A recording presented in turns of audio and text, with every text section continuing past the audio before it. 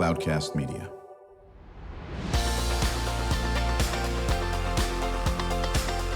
Drew Schlosberg Spotlight on the Community Show, amplifying the voices of social impact organizations, entrepreneurs, local nonprofits, and other community champions who shape the culture, creativity, and connectivity of San Diego.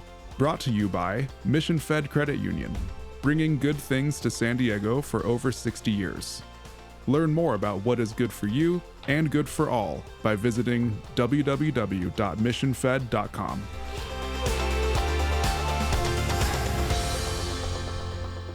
I'm Drew Schlosberg of Cloudcast Media. We have another wonderful edition with Walden Family Services of our Spotlight on the Community Show, nation's longest-running community podcast. We're in our 20th year, brought to you by Mission Fed Credit Union. 6 decades of doing great things for folks in San Diego County, whether it's food insecurity, it's financial literacy, Alzheimer's, homeless, you name it. Joining us is Teresa Stivers. She's the CEO, sales manager for Walden Family Services.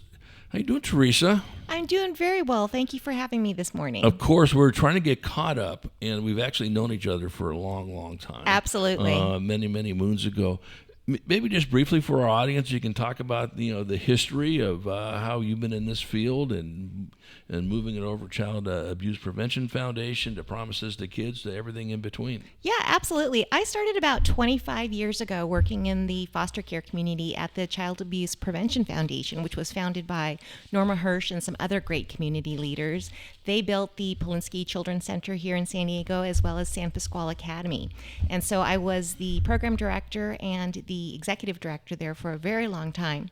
And during my tenure, we changed the name to Promises to Kids, which you know as well today. I do. And we have a lot of close connections still to this day with that organization as we work together, send each other clients, referrals, etc. And it's a small world in that their current CEO used to work at Walden Family Services until I stole her away and brought her over to Promises to Kids. So we are very collaborative here in San Diego, and I'm extremely proud of that fact. Yeah, and what's the mission of Walden Family Services? Our mission is to serve children, youth, and families throughout Southern California in any way that they need in order to stay healthy, happy, and to thrive.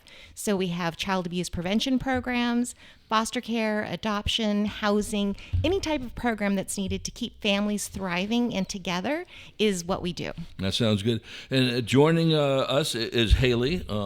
She was part of the program. Talk about what she did in her experience in support with Walden. How you doing, Haley? I'm doing great. Thank you. Talk about how you got involved and what your experience was, and from day one to what you're doing now.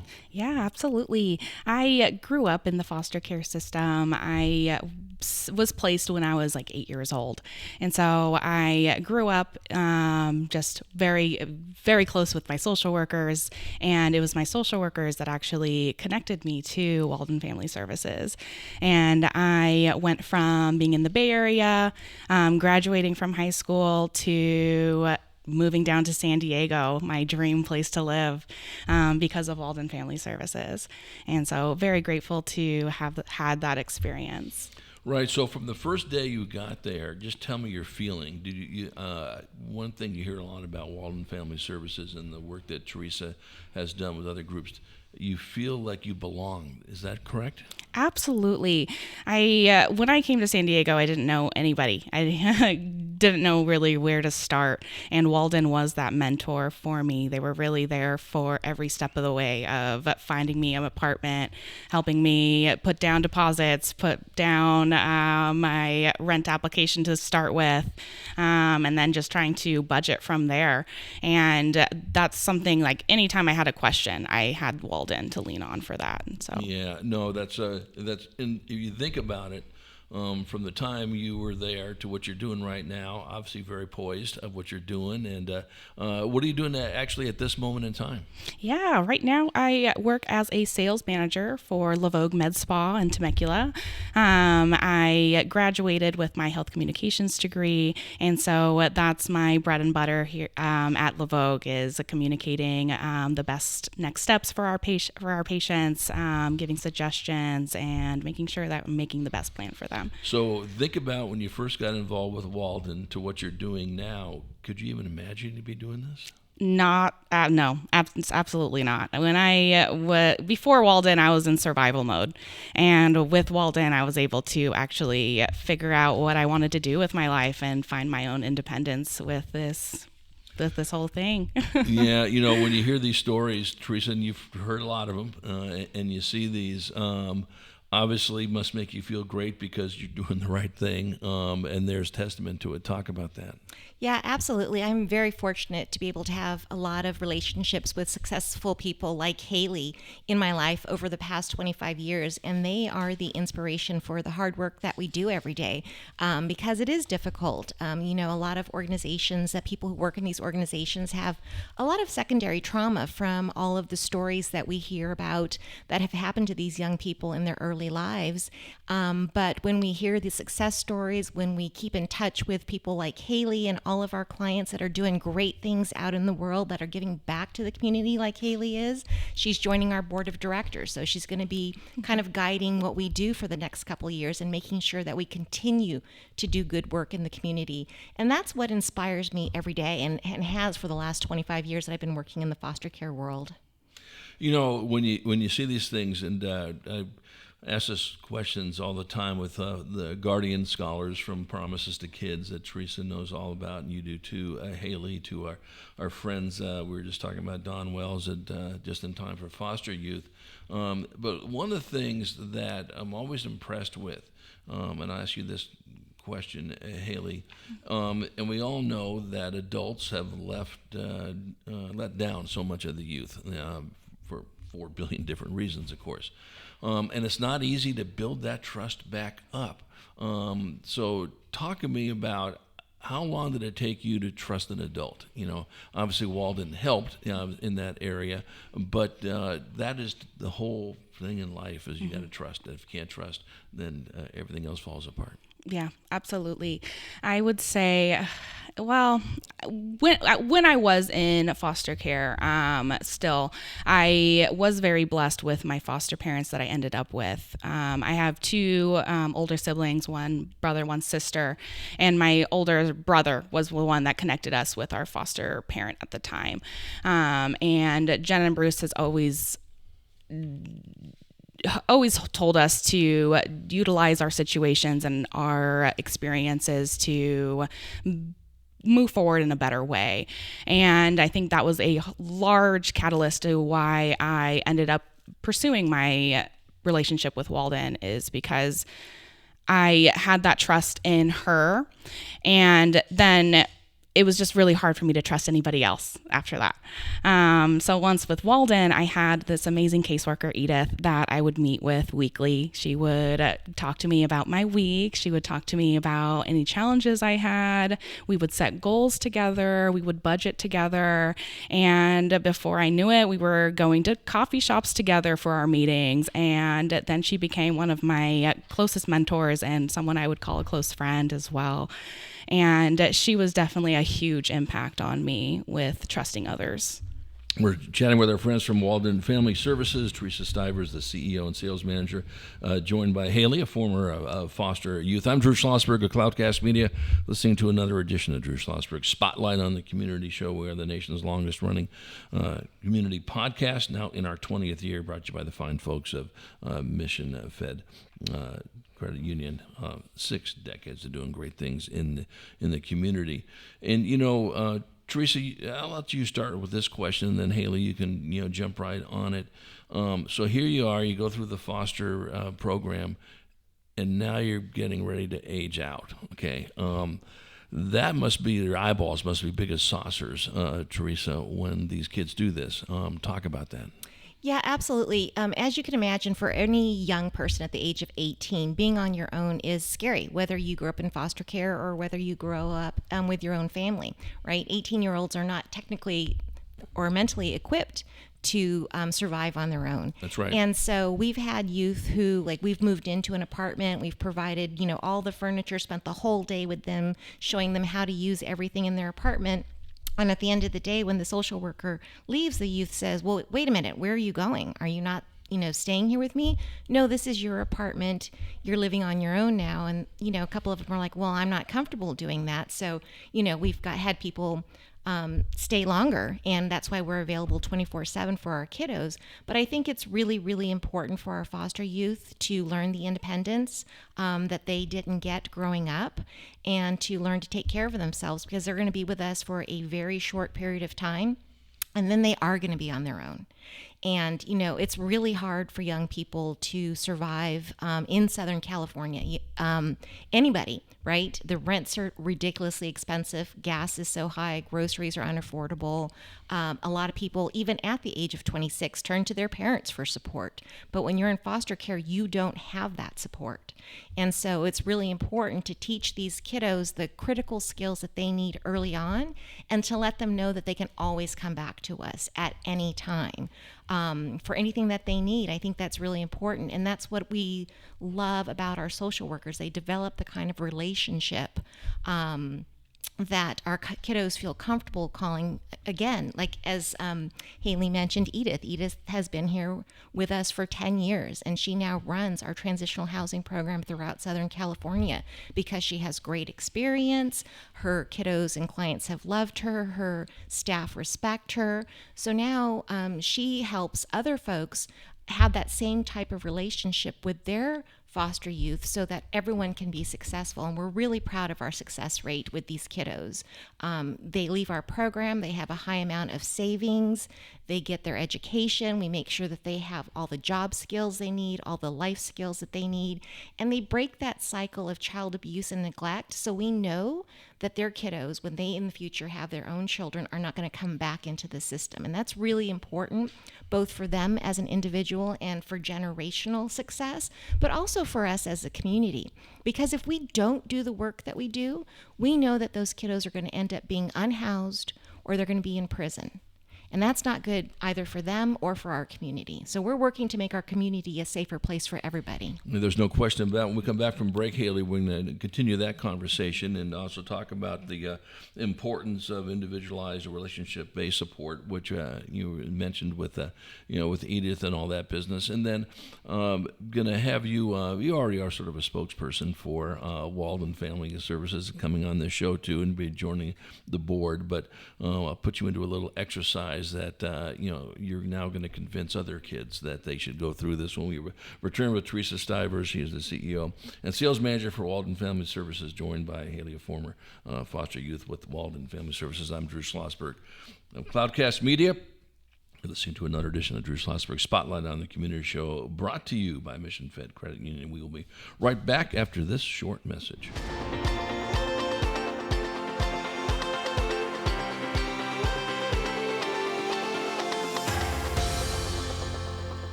When you do your banking with Mission Fed, you get great rates on auto and home loans.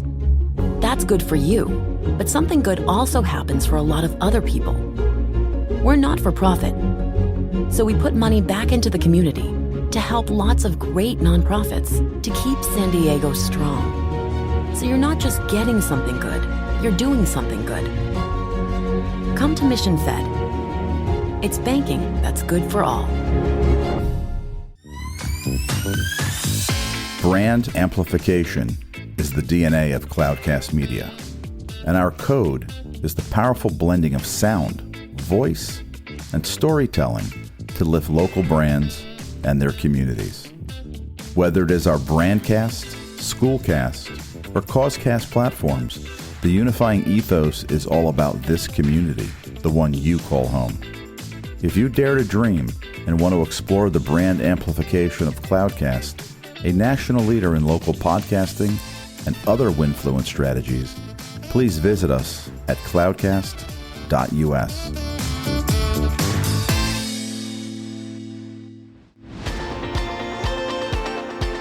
I'm Drew Schlosberg of Cloudcast Media, listening to another edition of Drew Schlosberg Spotlight on the Community Show, nation's longest running community podcast in our 20th year. We're very proud of that.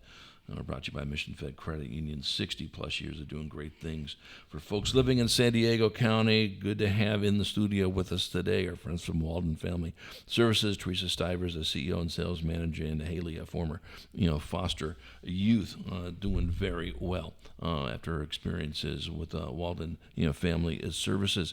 So talk about that, Haley. You sort of mentioned a little bit about the fact that now you're, been through the Walden Family Services. They just don't throw you out and say, don't talk to us again. They do the exact opposite of it. How has that been, that transition? Yeah, that transition has been fantastic.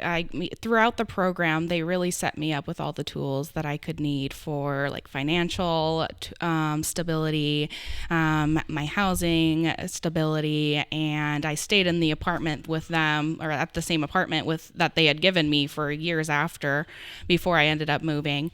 And Walden was the reason I also got a internship at the city of San Diego as well. That was what really truly inspired me to start pursuing my higher education at San Diego State University. And Go Aztecs. Yes. And I graduated during COVID, which wasn't ideal, but we made it happen. And I would not have been able to deal with all of those obstacles without Walden by my side with that. And then transitioning out of the program, because of all those skills, I was able to find my next jobs. I went to a fertility clinic for a few years, some management positions as well, and then I ended up where I am currently at La Vogue Med Spa, using my degree from San Diego State as well, and now working with Walden more intimately with like interviews like this, also trying to give my input for the next generation of extended foster youth that are still trying to figure out this life. Yeah, and I think, one of the things that we always talk about, whether it's with Walden Family Services or Promises to Kids or Just in Time, is the confidence that you get, Evan, going through some of the programs that Walden offers. Talk about that. Absolutely. With the confidence that I've built with Walden, absolutely, I would say that I'm a very introverted person. I don't love to go out and put myself out there. But with Walden, they really do push me to, share my story so I can help others and really make an impact on other people's lives as well. And yeah. Do you talk to other kids that are in the foster system or about to get into the foster system, or talk to parents and all that business about why this is a good choice for them to be involved specifically with Walden Family Services? I do. It's funny. It's one of those things that I feel like is sometimes taboo to talk about, is like, oh, I was extended foster youth as a kid. Mm-hmm. But it's one of those things when you find someone else that it's also in the also went through that same experience. Yeah. It's kind of like a cool club that you end up in, and you can really lean on each other. So I do have a lot of friends that have gone through the same experience as me. I wasn't with them when they were in it, or right. But definitely we can kind of compare our experiences, and they didn't have a organization like Walden, so they maybe did not have the tools available to them to go to the higher education. They still make the most out of their experiences, but it's definitely with Walden, it made my ability to grow so much more possible. Right. So is there a waiting list, Teresa? With this, you guys folks, you're celebrating your 50th year this year. Congratulations, Thank of course, you. on that. But is there a waiting list for people to get into Walden? Yes. For the housing program, definitely, because right. It's very expensive for us. We open the apartments, we fill it up with furniture, food, all the sundries, everything that you need. We pay the first and last month's rent, deposit, etc. That's all cash out of pocket for Walden. And then we move the youth in, and they get settled. And then a couple months later, we can start billing for some of those reimbursements from the County of San Diego. Right. But it comes in far later, and it doesn't cover the full amount, particularly for the rents. The rents are outrageous in San Diego County, and we don't get paid nearly enough. So there is a limit to how many people we can move into the program at a time. We do welcome anyone to apply to our program. We will interview them, sit down, figure out if it's a good fit for them, if we are a good fit, because we are very adamant that people will be productive. They will be going to school and or working. It's usually a combination of both. Right. That they will be working on earning all of those life skills and everything that they need to be successful, that they start a savings account. One of the first things we do is open a bank account, encourage them to pay rent, which goes into their savings account, and we match. And we work really hard with them because we have them for a very short period of time, and we want them to be successful when they're no longer eligible in the program. So we would love to take in more youth, and we're always welcoming folks to consider coming to Walden. Right. How long do you usually have a youth with you? We have a program from 18 to 21, Right. And that's called the non-minor dependents. Right. And then at that time, at the age of 21, they graduate, and if they need a bit more support, Sure. they can go into a plus program, which has a lot less case management and oversight, but still the support, again, because 21-year-olds are not fully capable of taking care of themselves, particularly financially, so they can stay from 21 up until 25, the end of their 25th year if they need some more support. But again, even if they graduate at 21, they're still welcome to keep in contact with them. We have a saying, once a Walden youth, always a Walden youth. We will never turn people away. And I still have folks that were with Walden, when they were 12 years old, that I'm still in contact with, and they're in their early 40s now.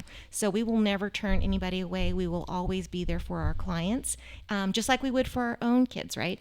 Right, we're talking to Teresa Stivers, she's the CEO and sales manager for Walden Family Services, joined by Haley, a former foster youth person, went through Walden Family Services. I'm Drew Schlosberg of Cloudcast Media, listening to another edition of Drew Schlosberg Spotlight on the Community Show, brought to you by Mission Fed Credit Union. So, Teresa, you've been in this field for quite a while. 25 years. 25 years. Yeah. What are some of the major changes you have seen from the time you started to where it is right now in 2026? First and foremost, I'm really appreciative of the fact that foster care rates are dropping in California, and that is the best news. I've always said for the last 25 years is our goal is to put ourselves out of business. Right. We don't want to be here, and that means that we did something right. So that's the best news. Polinsky and Spa used to be super crowded when I started out 25 years ago. Right now, they have so many empty beds, and I understand that they're looking at potentially repurposing both of those entities just because there are so few kids in foster care now. That is great news because children belong with their families. Families need support and intervention early on, rather than sending kids to foster care at the first the first drop of any trouble. So that is fantastic news. What we did see, a trend that we did see happening, was that those who didn't stay in their families and those who didn't get adopted early on, those kiddos tended to become foster care to prison pipeline or foster Right. care to homeless pipeline. And that's why we started working about 15 years ago to develop our housing program and our Independent Futures program. And we did it before the state of California implemented it, and we did it with private funding. So we had about 10 years of experience while at the same time advocated at the state level for this housing program. So when AB 12 passed, we were right there advocating for it and working with the state of California to set the standards for the entire state for this program that Haley participated in. And even now there's some changes to that. That was only 18 to 21, and we came back and said, look, some kiddos aren't ready or can't afford to live on their own, and that's when they expanded it from 21 to 25. But so in addition now, for the future, after 50 years of doing foster care, adoption, independent living, housing, for the future, we see more need for child abuse prevention, going back to the roots of where I started at the Child Abuse Prevention Foundation, and making sure that more families have services, and also more housing for families with young children. It's a shame when families with young children don't have a place to live. My youngest son works with the unhoused, and he's on the streets, and he sees people. I remember the day he called me with, he was so happy because he had placed a mom with a wheelchair-bound child into housing. They had been living on the streets, and that's just wrong. Housing is a human right, and we need to make sure that everyone can afford to stay in housing here in Southern California, and that's not happening right now due to the outrageous prices. So now we're looking at expanding beyond just foster kids, but to all children and families, to making sure that they have food, they have housing, they have access to education, that parents are taught how to properly care for their children that they didn't learn because of generational poverty and neglect. Right. So, Haley, you are now speaking to whomever, a whole group of potential funders or parents or whatever. What would you say why people should support Walden Family Services? Yeah, I would say why is because of the great impact that they have on lives individually, but also on a wider scale. I was able to learn things from Walden that I passed on to my friends that maybe don't qualify for Walden. And I was able to be that voice for my group of friends too, of like, oh, this is how you handle applying for scholarships. Oh, I've actually already paid my rent. This is how you do it and budget for it. And so they do so much good, and they've done me so much good. And I would love for anybody in the same position as I am to have the same position, like same opportunity that I have had as well. Right. And of course, as Teresa well knows well, and so do you, the sphere of influence just is exponential. Yeah. So here you are, come through this, gainfully employed and all this, you're telling folks about this great work. They're telling people about this great work, and it's not just one that's been impacted. It's been so many of it, and that is the whole key. So, Teresa, we've got a couple more minutes to go here. How do people get a hold of you? How do they support you, volunteer, donate, everything in between? Yeah, just go on our website, waldenfamily.org, and we are looking for people at every level, whether you want to volunteer, hold a toy drive, a backpack drive, a holiday drive for us. A lot of professional organizations, churches, organizations support us in that way. Volunteer on a committee. We have a lot of committees. Volunteer to help us out at our special events. We have 3 special events every year. We need people to help us with that. Join our board of directors like Haley does. Hold a friend-raiser or a fundraiser for our kiddos. There are so many ways to get involved, and we can't do it without the support of volunteers. We're a very small staff. We don't have a lot of extra admin support, and so we need people to come in and help us do the great work that we do so that more kiddos can enjoy successful lives like Haley. I'm so proud of her. Yeah, well, listen, and I know the feeling is mutual with her and Walden and all that. Teresa Stivers, good to see you again and hear from you again over many, many moons over there. Haley, congratulations on your journey. There's so many more years that you got ahead of yourself that you're going to be already successful, even more successful, and certainly working to spread the great word of Walden Family Services. I'm Drew Schlosberg of Cloudcast Media, and we hope our audience enjoyed this edition of Spotlight on the Community. You've been listening to an episode of Drew Schlosberg's Spotlight on the Community show, amplifying the voices of social impact organizations, entrepreneurs, local nonprofits, and other community champions who shape the culture, creativity, and connectivity of San Diego community. Brought to you by Mission Fed Credit Union, bringing good things to San Diego for over 60 years. Learn more about what is good for you and good for all by visiting www.missionfed.com.